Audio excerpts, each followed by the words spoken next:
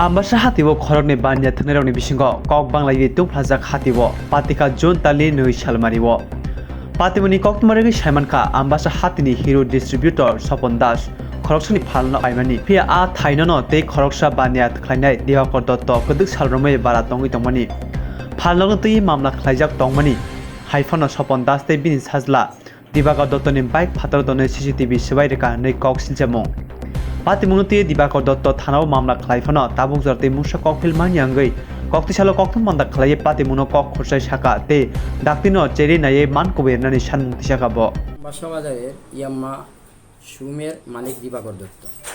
আমি বিগত প্রায় 7 বছর যাবৎ সনদবাবুর ঘর ভাড়া হিসেবে ব্যবহার করতেছি এবং যে কিছুদিন আগে সনদবাবু মারা গেছে। মারা যাওয়ার পরে তারা ওয়ারিশরা আমার কাছে এই জায়গা বেচবো করে সাব্যস্ত করে, কিন্তু কী কারণে তারা, আমি যতটুকু জানি অন্য কেউর কাছে হয়তো তারা জায়গাটা বিক্রি করছে, কিন্তু যে সময় জায়গাটা বিক্রি করছে তখন অবধি কিন্তু এই আমার হেফাজতি জায়গা এবং আমার এই যে এগ্রিমেন্টের টাইমও শেষ হয়েছে না, আমারে তারা কোনো নোটিশ দিয়েও কইছে না যে ঘর তুমি খালি করো বা আমরা জায়গা বিক্রি করে এলামও, কিচ্ছু কইছে না।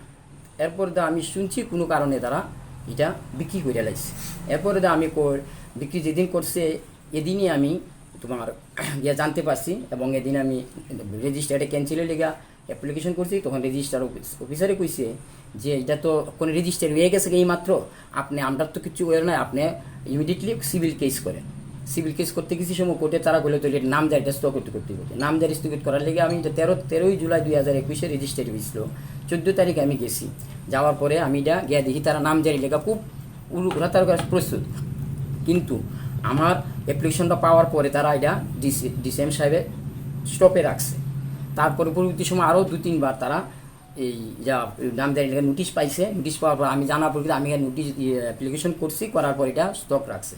লাস্টে কোর্টে একটা এই যে মানে এই জায়গাটার ব্যাপারে যে কোর্টে কেস চলছে এবং এটা যতদিন পর্যন্ত কোর্ট শেষ না হয়, যাতে নাম জারি না হয়, সেই ব্যাপারে কোর্টের একটা চিঠি আমি না ডিসিএম সাহেবের দিছি। গত এই যে কত তারিখ আসলো, না 2 তারিখ, গত 2 তারিখ আমার দোকান যে সময় খোলা হয়েছে, এটা খুলতে আমার দোকানের স্টাফ, একজন মেয়ে লোক স্টাফ আসলো আর একজন পুরুষ লোক স্টাফ আসলো। এই তারা দোকানটা খোলার সঙ্গে সঙ্গেই এটা ইয়ামাহা শোরুম। আচ্ছা, এই শোরুমটা খোলার সঙ্গে সঙ্গেই স্বপন দাসের 2 ছেলে এবং তার ভাড়াটিয়া কিছু লোক আইসা প্রায় 20-25 জন হুম ধুরুম কইরা ঘরের সিসি ক্যামেরা ভাঙ্গা লাইছে। তারপর আলমারি টেবিল সব, আমার ক্যাশ বাক্স 35,000 টাকা আসলো, টাকা টোকা সব কি লুটপাট করে লয়ে গেছে এবং আমার চেয়ার টেবিল সব বারান্দা ফেলাইছে, সব সাইকেল নিয়ে ভাড়ে ফেলাই দিছে। তারপরে দিয়ে তারার 2টা সাইকেল নিয়ে ঢুকাই রেখে দিছিল ঘরে। স্বপন দাস আমার পার্শ্ববর্তী দোকানদার ইরুস রুমের মালিক। উনি এরকম করছেন কেন? উনি কইতেছে উনি নাকি জায়গাটা কিনছে। আমি কিছু কিনছেন তো ভালো কথা, কিন্তু কিনলে তো এটা কোর্টে যেহেতু কেস চলছে, কোর্টে যতদিন কেস চলাকালীন তো এটা আপনি এটা করতে পারেন না। কোর্টে একটা ইনজেকশন জারি করে রাখছে জায়গাটাতে এবং যতদিন পর্যন্ত কোর্টের কেস শেষ না হয় ততদিন পর্যন্ত যাতে আমি দিবাকর দত্ত সুন্দর মতো ব্যবসা করতে পারি, স্বপন দাস এবং তার কোনো এজেন্সি যাতে কোনো ডিস্টার্ব করে না, আমার সেই ব্যাপারে কোর্টের কাগজও আমার কাছে আছে।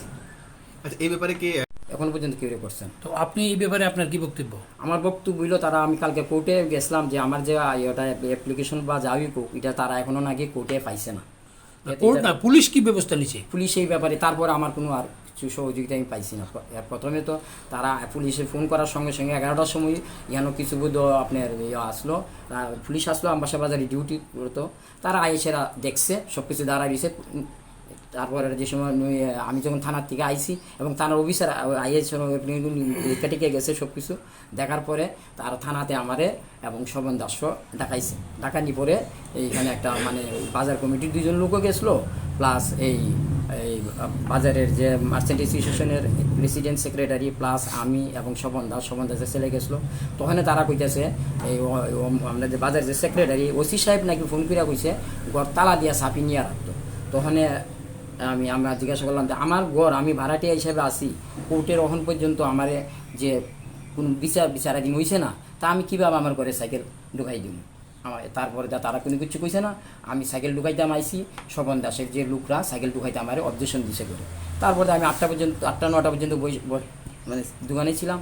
তার 9টা 9:30 হইব, এমন সময় ডিসিএম আর একজন এডিশনাল ম্যাজিস্ট্রেট আইসেরা আমার কাগজ দেখছে। দেখার পরে স্বপন বাবুরে ডাইকা কইছে, ও আপনি তো এটা অবৈধভাবে কাজ করছেন, কোর্টের অবমাননা করা হয়েছে, আপনি আপনার সাইকেল বাইর করে নেন। তারপর তাইনের সাইকেল তাইনে বাইর করে নিছে গা, আমার সাইকেল আমি ঢুকাই নিছি। এতটুকু পর্যন্ত এখন আছে। আচ্ছা এখন আপনারা কি ভাঙচুর করলো আমার দোকানে, মেয়ে লোক স্টাফ আসলো, তারা দৌড়াদৌড়ি ভিড়ে বাইরে গেলো। আমি তখন দোকানে ছিলাম না, আমি আসলাম আমার আরেকটা শোরুমে। এই শোরুম থেকে খবর পাই আইতাইতে দিকে সব সাইকেল টাইল ভেঙে লাইছে, ক্যাশ বাক্সটা সব ভাঙছে, সিসি ক্যামেরাটা আমার ভাঙছে, সব কিছু দারোগা সাহেব যে আইসে সব দেখে গেছে এবং তারা সব কিছু লিখে নিয়ে গেছে। ওসি সাহেব ফোন করে কইছে আপনারা তালা দিয়া চাপি নিয়ে রেখে দেন। বাজার কমিটি তখন থেকে তারা, আমি যতটুকু শুনছি, তারা কমিটি তখন একটা হঠাৎ করে একটা মিটিংয়ের মতো ডাকছে, দেখে সেটা সবাই কিছু না এই ব্যাপার আমরা কেন যাবো, যেহেতু কোর্টের কেস চলতেছে, এখানে আমরা কীভাবে তাইনের দোকান তালা দিয়া চাপিয়ে আইনা রাখুন। এবং বাজার কমিটির লোকে আপনার দারবা সাহেব ওসি সাহেবরও কইছিল, ওসি সাহেব না, যে সেকেন্ড অফিসার আসলো, সেকেন্ড অফিসারও কইছে যে আপনারা তালা দিয়ে। তো ওসি সাহেব কইছে না, এটা তো আমরা পারি না, আমরা তো কোনো অর্ডার ছাড়া কেউ ঘর তালা দিতে পারি না। আমি কিভাবে অর্ডার ছাড়া তাইনের ঘর তালা দিয়ে আমরা চাবি আইনা রাখুন। তার মানে বাজার কমিটির কথাই ওসি প্রথম কইছিল যে ঘর তালা দিয়ে চাবি লইলে বকে না, বাজার কমিটির নাকি ওসি নাকি বাজার কমিটির ফোন করে আচ্ছা আচ্ছা ওসি নাকি বাজার কমিটির ফোন করে কইছে যে আপনারা ঘর আর তালা এমনি দিয়ে। উপস্থিতিতে তো আমরা যতটুকু বাজার কমিটির সেক্রেটারি অমৃতলাল রায় উপস্থিত ছিল, বুঝছি। ওনার কি ভূমিকা ছিল ওইখানে? উনার ভূমিকা উনি যে কইছে যে আমরা তো এখানে আমারাই বুঝাইছে যে এখানে এই এটা কোর্টে কেস চলতেছে, এখানে আমরা কিছু করতে পারতাম না। এই কথা পর তারা মারধর করছে। আমি তো এর নাম নার্ভাস হয়ে রয়েছি। তখন আমার লোকে গিয়ে সেরা একটা অ্যাপ্লিকেশন লিয়া থানাতে গেছে পরে যাওয়ার পরে তারা এখানে ওসি সাহেব নাকি নাই, অনেকক্ষণ বইয়া রয়েছে। বইতে প্রায় তোমার 3টা সময় সে কইছে যে ওসি সাহেবে নাকি ইমিডিয়েটলি 3 দিনের ছুটি নিয়ে গেছে গা, আইতো না। দিদিও যে চাকরি জমাতে জানি আসলো লোক কাছে অ্যাপ্লিকেশনটা দেখে রাখছে। রাখার পরে তারা লোক নিয়ে আইছে।